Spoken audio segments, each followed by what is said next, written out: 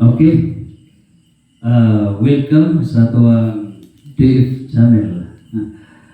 So, pagkarato karon sa tuwang CFD Paris sa tuwang Virgin sa Kalinaw o mayong panahon sa pangina ni Nainari Sakar pakan sa nato. And of course, sa tuwang Pangulo sa CFD, si Brad Erwin Cornito o siyang mahal na kapikas sa kinabuhi. O niya, uban usab sa tuwang CFD from Leyte na swerte ta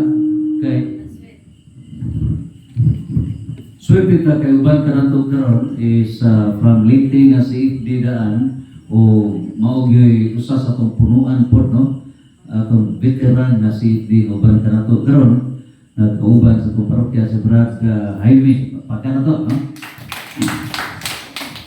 Okay. So, doon ay pila ka dugma ang gideklarar sa simbahan na gitukod sa Ginoo. Kanang dugma, mao na gitudlo nga dili na jud na mangusab, fixed na na. Gitawag na o maputi pay uwak. Dili jud mausab ang dugma. So mo nay pagtudlo sa simbahan. So dunay 255 ka mga dugma sa pagitudlo sa simbahan. Ug kining gitudlo sa simbahan, once itudlo na nga dugma, fixed na no? Fixed na. Now, usa sa kanang pagtudlo sa simbahan sa dugma, dali na ba sila mo gama o dugma o dugay nila ng gidibatihan? Dali o dugay? Dugay. Usa niini ang Immaculate Conception nga itukikon karon ni Nainari. Niabot na 1,000 ka tuig nga pagdebati. Grabe. So, may na to nga ang dugma ay labihan gud na kadugay dibatihan. So, upat na, no? Ang Immaculate Conception, pagpanangkon, Theotokos, nga ang mahal nga Birhen, inahan sa Dios nga anak, ikatulo ay ang pagkaputli o kanang ikaupat, mauna ang pagsaka sa langit. So, ang ako ang role, mauna tas pagsaka sa langit. Now, ngano ba kay relative ni sa kinasulugdanan hangtod sa katapusan. Okay, karon ang pangutana. Palihog unsay mga similarity kanang kaparihas ni Jesus o sa mahal nga Birhen. Pagkaparihas nila or equal level. Unsa may ilhang pagkaparihas? Asa pila ka buok? Niya mauni atong i-prove ang pangutana. Misaka man sa langit ang mahal nga Birhen. So ang pangutana, pagsaka sa langit, no problem, lawas ug kalag, misaka sa langit. Okay? Pero ang pangutana, sa pagsaka sa langit sa mahal nga Birhen, buhi o namatay, pero napanhaw? Buhi siya na misaka sa langit, o namatay ang mahal nga Birhen, pero nabanhaw, gisaka sa langit? Buhi. Come on. Buhi o namatay o niya gibanhaw? Misaka sa langit. Ha? Gibanhaw. Misaka sa langit. Imo, buhi. Okay. Now, ang hitabo is, dunay mga argumento, karong kita to ini mga pagpamalandong na kuha gid ang tanan. Dunay mga pamalandong na kung si argumento numero 1, kung si Lolo Enoch buhi gisaka sa langit. Kung si Propeta Elias buhi gisaka sa langit, ang mahal nga birhen na ba nga mao'y inahan ni Kristo dili buhi gisaka sa langit? Di ba? So ligon ang imuhang katarungan. Ha? Kadto ganing duha ka mga Old Testament si Lolo Enoch, Lolo tagay ikan mataniza, no? O si Propeta Elias, gisakad magani sa langit buhi nga dili inahan sa Dios unsa na kaha mahal nga birhen. Mo to akong argumento sa una. Ikaduhang reason. Diha sa Mateo 5:12, nakasud ang sala sa kalibutan ug ang sala na nangkon o nanganak o kamatayon.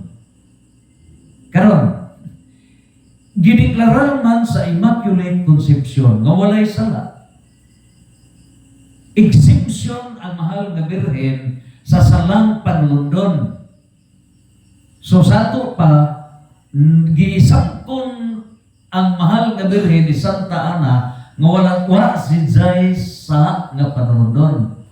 Karon kay ang sala manganak man sa kamatayon, unsa ang mahal nga birhen wa may sa ato pa wa siya mamatay. Di ba? So kung wa siya mamatay, sa kasa sa langit, lawas o kalag. Di ba? So mao na argument sa mga theologians, labi na sa mga 20th century. Na mao pa na ko ang pamalandong kaniya ito nga posible dyan. Now, ato lang gitanaw ang kinatibuk-an. So, ang atong isgutan ron, past, present, o future. O mismo ang future is eschatology. May kalabuta sa mahal nga birhen. So, ang mahal nga birhen, maudyo'y atong agianan. Nining puntuha mo ni. So, unsa ba ang deklarasyon sa simbahan? Based on tradition. Sa 1950, gideklarar ni Pope, gideklarar no, ang pagsaka sa langit. So, dugma na kini nga gideklarar ni Pope Pius XII, 1950. No? Iyahan ang gideklarar nga pagsaka sa langit sa mahal nga birhen after sa iyang earthly life. Earthly life. Pero what mo ingon after his death, her death. What ingon human sa ihang kamatayon. Giingon na earthly life. Ang ubang theologians, may palusok, maulagi. So what mo ingon after her death? But in the specifics and all other fathers and the doctors of the church, may padayag. And the tradition, may padayag nga namatay ang mahal na birhen. Unya, the same story sa tuwang Ginoo. Other references may padayag on the third day. Siya, misaka sa langit, gipasaka sa langit. Gipasaka sa langit. So, ang misaka sa langit, si Jesus. Pero ang mahal nga birhen, wa musaka sa langit, apan gipasaka sa langit. So, mutingog ang microphone o dili, basta gipasaka sa langit ang mahal nga birhen. Okay? Karon. Now, giingon nga sa namatay ang mahal nga birhen. Okay? Namatay ang mahal nga birhen. Unya, nahitabo nga sa ikatulong ka adlaw, gipasaka sa langit. Pangutana, kadtong gipasaka sa langit, nabuhi pagbalik ang mahal nga birhen? Nabuhi? Gibanhaw. Karon, ang pangutana, muingon ta, sa ito pasadaan dahil mahal nga birhen? Kay, ang epekto sa sala, mao may kamatayon. So, namatay mga birhen, sa ito pa, dili siya Immaculate Conception. Sa ito pa, dunay sala. Ang sabay ito ba? Okay. Mao na yung atong kuhaan karon na malundong ta. Diha sa Mateo 24:31, nagaingon nga inigbalik sa Ginoo kanay upat ka suok sa kalibutan, iha na nga tapuon. Upat ka suok sa kalibutan kadtong mga tawo nga mga balaan nga mga tawo, no? Tapuko na upat ka suok sa kalibutan. Karon, pila ka tawo nga wala mamatay pero misaka sa langit, ulos buhi, pila? Pila ka tawo nga wa mamatay pero gipasaka sa langit, pila? Pila? Duha. Maniha? Duha. Duha si Lolo Inog o si Propeta Elias. Okay. Karon, duha. Ang sakyanan, kining sakyanan, pila kaligid? Upat. So duha ang doong, duha ang likod. God is a God of logic. God is a God of order. So duha ka tao nga lawas o kalagbuhi sa kasalangit. Duha usab ka mga tinugdan sa kasantos nga misaka sa langit nga nabanhaw. So sa Old Testament, wa mamatay gipasaka sa langit. Okay? Sa New Testament, duha usab nga namatay pero sa ikatulong adlaw misaka sa langit. So ang Ginoo ug ang mahal nga Birhen, Assumption, papakan to ang Ginoo. Karon, unsa ba ang kaparihas at akong pamalandong ngano man Lord nga namatay man ang mahal nga Birhen, natural death. Ngano man ang reason mao ni. Number one, ang pagkahimugso at first pauna. First, si Jesus is the second Adam. Klaro? Nana sa 1 Korinto. Second Adam. Ang mahal nga Birhen, unsa man? Ang mahal nga Birhen, ikaduhang Eva o bagong Eva. So Genesis chapter 3 verse 15. So equal footing sila. Nakuha? To prove na equal footing sila, Jesus is the King of heaven and earth, and Mother Mary is the Queen of heaven and earth. Papakan sila ito, Ginoo. Mahal mo rin. Kuha, equal. Equal sila. Ikaduha, ang Ginoo gihimugso, gipanangkon nga walay biological father. Sa to pa, hawas sa sala. Nakuha? Hawas sa sala. Pero doon ay ama-ama si San Jose. Lalang sa Espiritu Santo. In other words, walay original sin. Okay? Ang mahal nga Birhen, dunay original sin o walay original sin? Why original sin? So, equal footing silang duha. Papaka na to ang mahal na Birhen. Duha na to. Ikatulo. Tungod ni karon, gibugkos ang kasing-kasing ni Jesus o kasing-kasing sa mahal na Birhen o musimba ta sa atong simbahan sa Birhen sa Kalinaw ngayong panaw na diha ang twin hearts of Jesus and Mary. Papaka na to ang twin hearts of Jesus and Mary. So niyan ang putuha, unsa ang bation sa anak, mao ang bation sa inahan. So, kay Jesus namatay ug sa ikatulong adlaw nabanhaw misaka sa langit, the same story sa mahal nga Birhen. Ang diferensya mao nga namatay si Jesus, gilansang sa cross, pero ang mahal nga Birhen natural death. Pero sa ikatulog ka adlaw gibanhaw o gipasaka sa langit.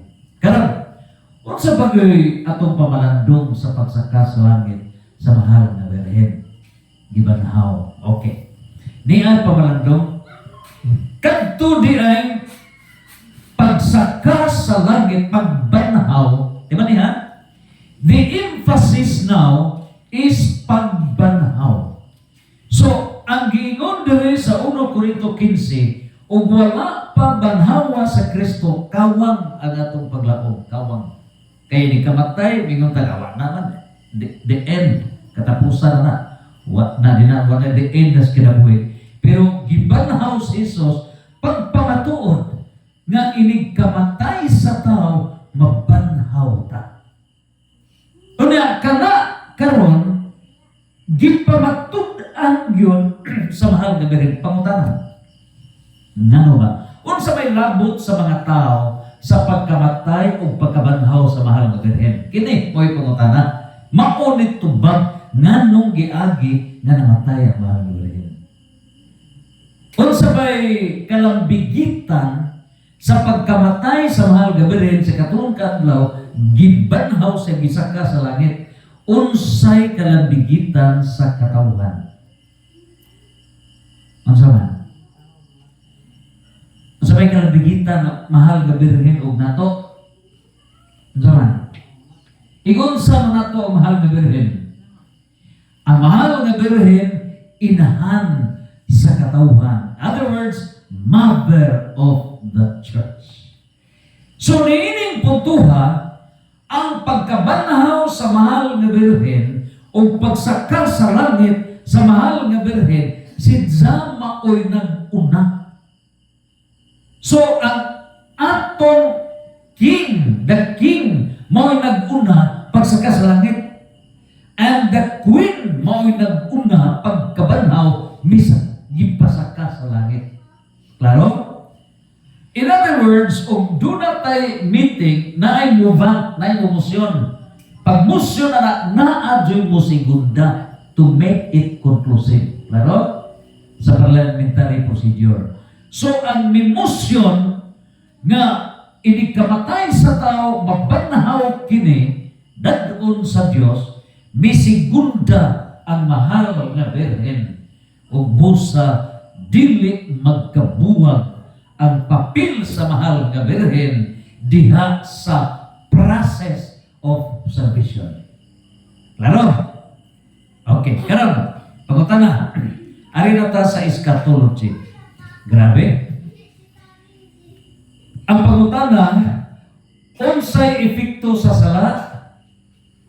Kamatayon. Roma 5:12. Question. Masulbad ba ang kamatayon? Yes? No. Magbuntog ba ang kamatayon? Yes? No? Mabuntog dili? Ha?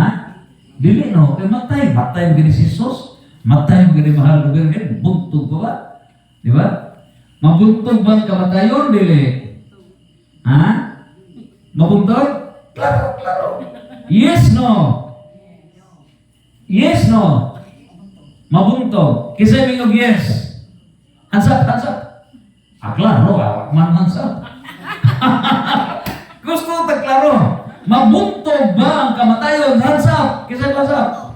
1, 2, 3. Kinsay mo ingon nga dili o di mabuntog kamatayon?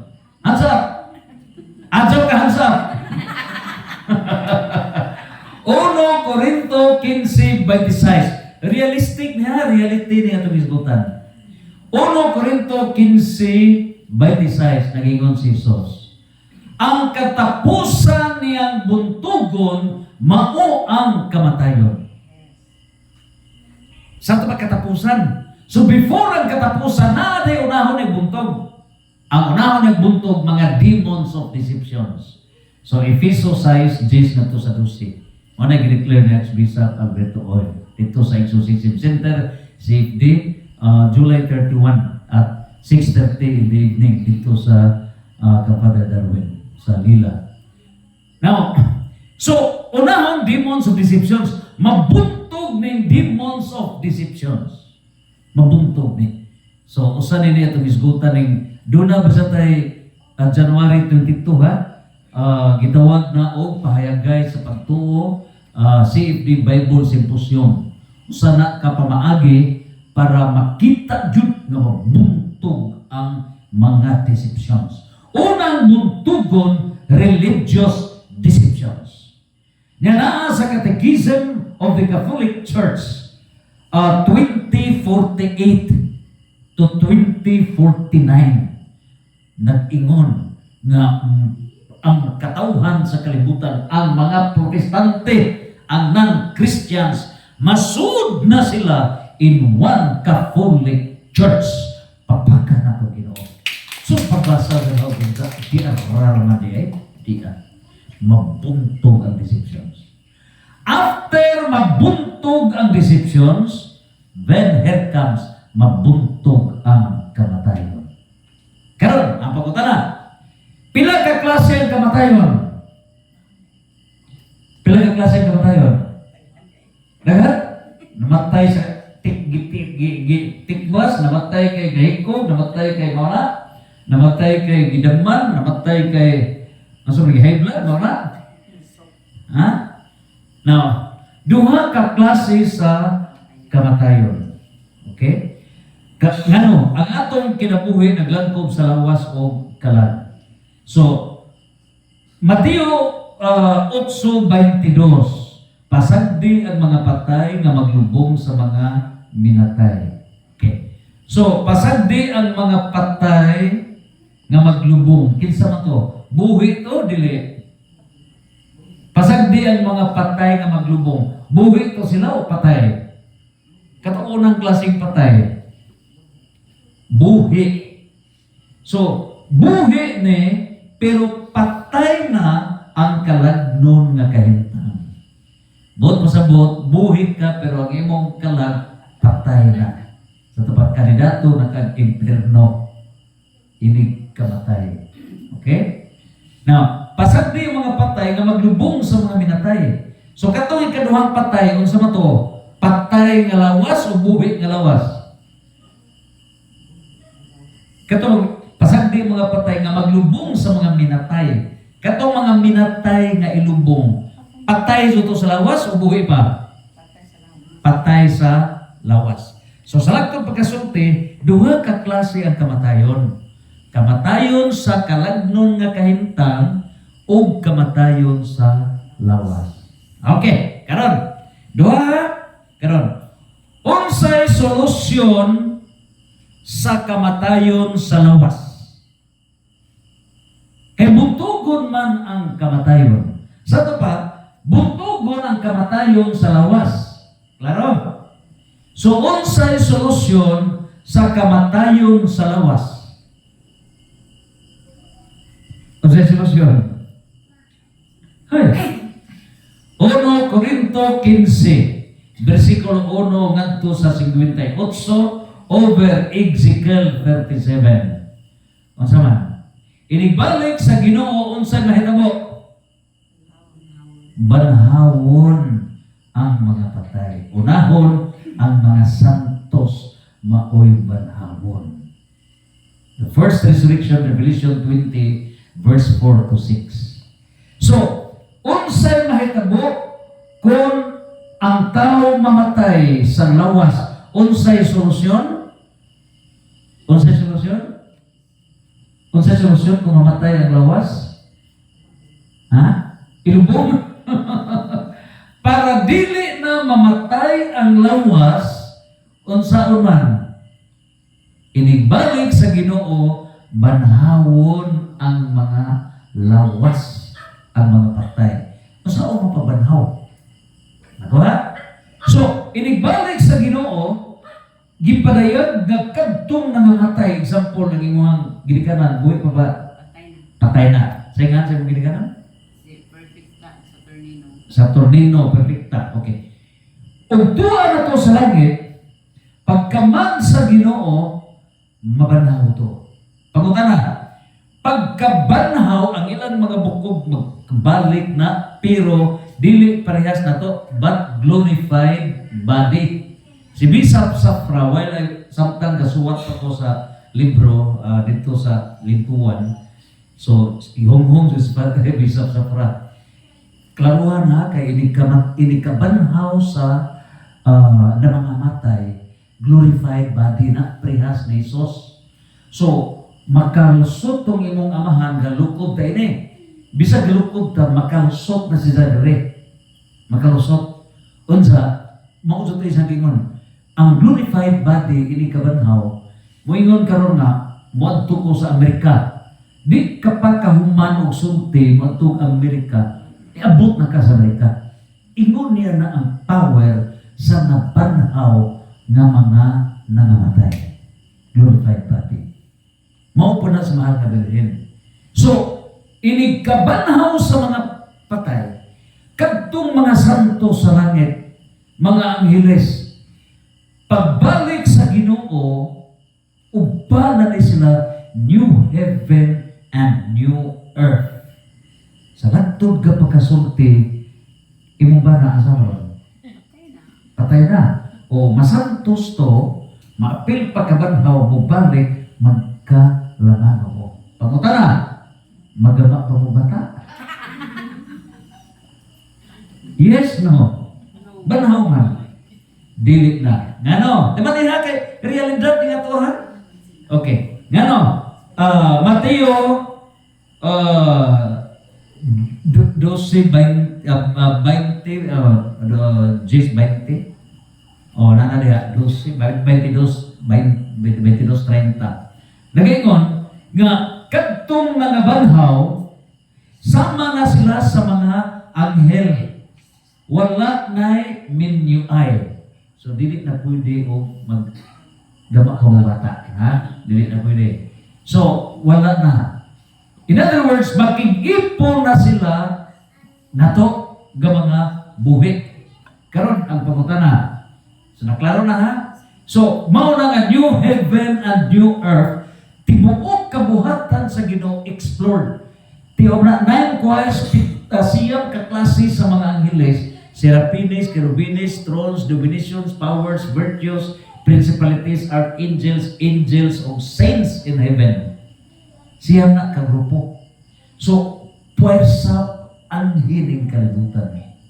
Gi-clarify na ni Father Absalom Fredosos nga, pangutana, inibalik sa Ginoo dinhi sa yuta. Na sa John 14 verse 3, nagingon siya, bisan asa ako, dadon ko kamo. Pangutana, inibalik ni Jesus dinhi sa yuta, kadtong imong banaw, kadtong mga santos, kadto sa langit, moapil sila balik diri? Yes, no? Yes, no? Moapil. Sumuon na silang banhawon. Union of saints. Okay. So, klaro na ta, ha? Ang pangutana karon, kini mo pwelisod. Gingon diri sa 1 Corinto 15, 42, ngadto sa 44, nga ang mga buhi, mga usab. So, ang pangutana pagkausab sa atong lawas. Lawas ba ni nga espirituhanon? O maura gihapon pero puno sa espirituhanon nga guidance. Pangutana, mabalik ng ginawa na, gibadhaw na. Kini nga itong lawas, maura gihapon o ma-change o glorify parehas sa nangamatay nga gibadhaw. Mao gihapon. Kandi mo i-clarify. So, Ginoo ko. Dira sa Catechism for Filipino Catholics. Gitinaw niya, timan ini, gitinaw. The transformation, okay? Gitinaw.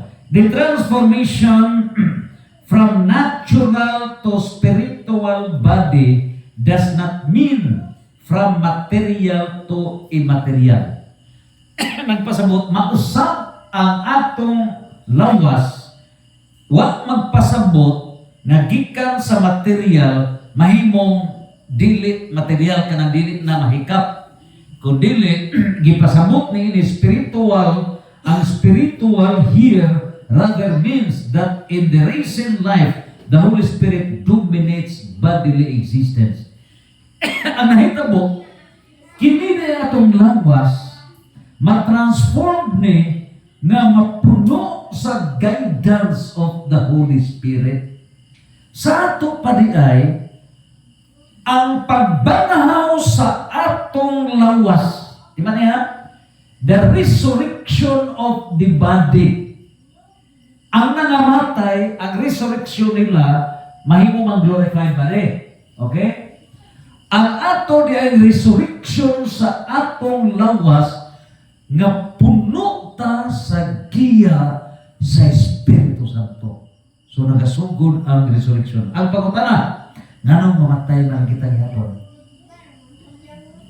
Nga naman, tungod kay ang kalibutan na ulipon pa sa gingharian ni Satanas. Pag-abot na sa panahon nga mabuntog ang tanan nga mga demons of deceptions, atul por pabalik sa Ginoo, new heaven and new earth. Di ba niya? Ug makaabot ta ini. Revelation 21 verse 4 nag-ingon. Di ba niya? Total nga change. Tibuok kalibutan, mausap ta ng sistema. Religious, buntog na ang deceptions. Moral, political, economic, social, physical, civil. Total jud ga kausaban. CCC, Catechism Catholic Church, 1048. Total na transformation. Pag buntog na niya na, timing po ang Ginoo magauban na. So, new heaven and new earth. Bagong langit o bagong yuta. Pangutana, masakit pa ba ang tao? Dili na. Revelation 21 verse 4. Diba niya? Wala na'y sakit ang tao.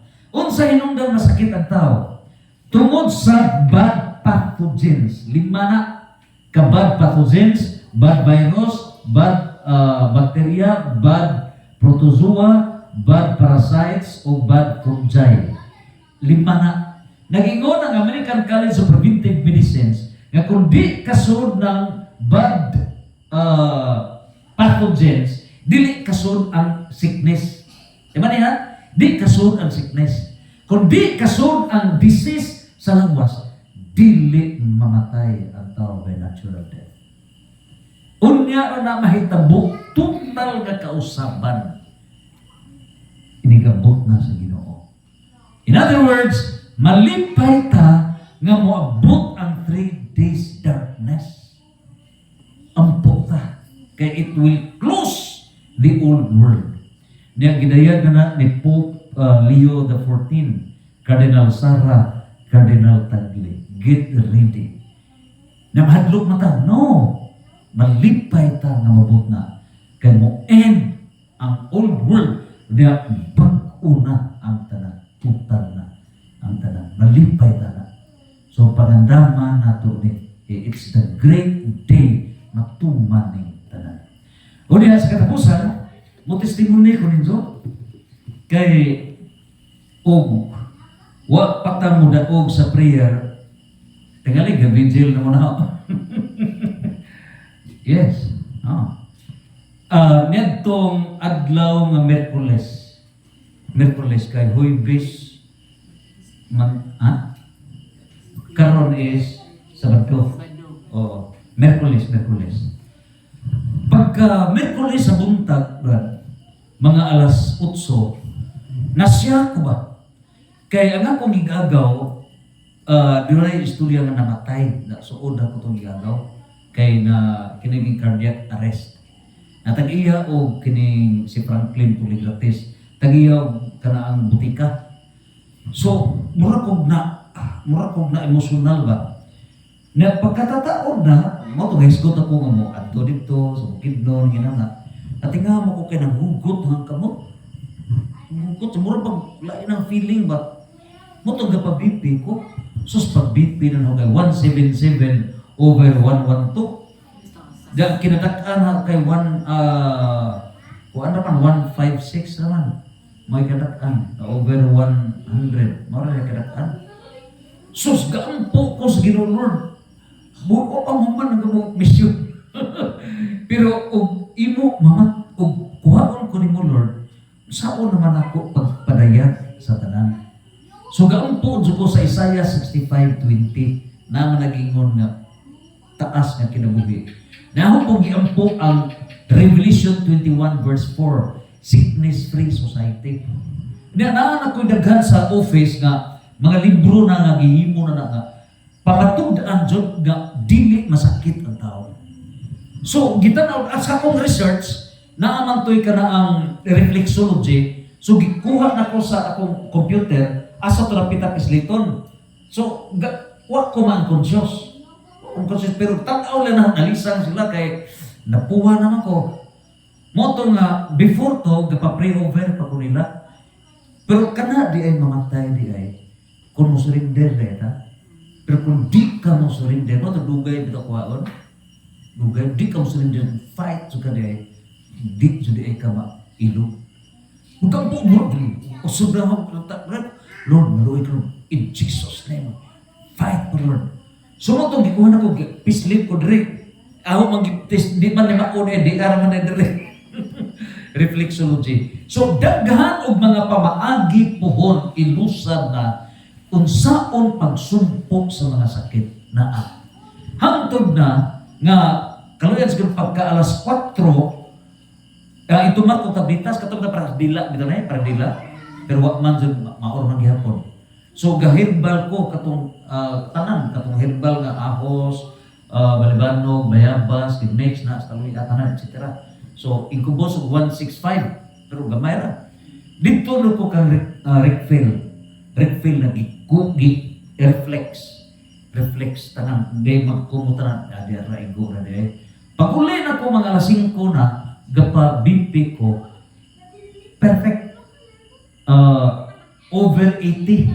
So ang ahong 112 nahimong 80. Ang ahong 177 nahimong 140. So, praise the Lord. Pasalamat. Apil ko pagpak sa Ginoo.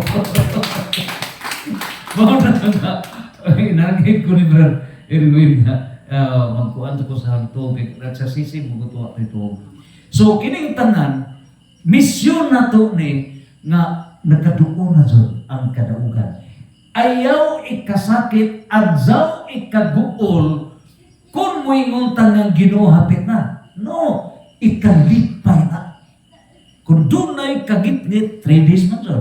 Kung mabot na ikalipay na kay kadaugan na to na ending of the old world. Muna pagsaka sa langit sa mahal nga birhen, gibanhaw ang mahal nga birhen, nagpamatuod nga kadtong nangamatay, banhawon gayon, ug makig-uba na to ni ining kalibutan, ning bagong langit ug bagong yuta. Santos, Santos, Santos.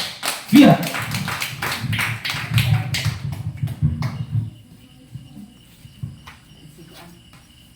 Kung na mo ipangutan na sa sunod na lang ha, o forum ha.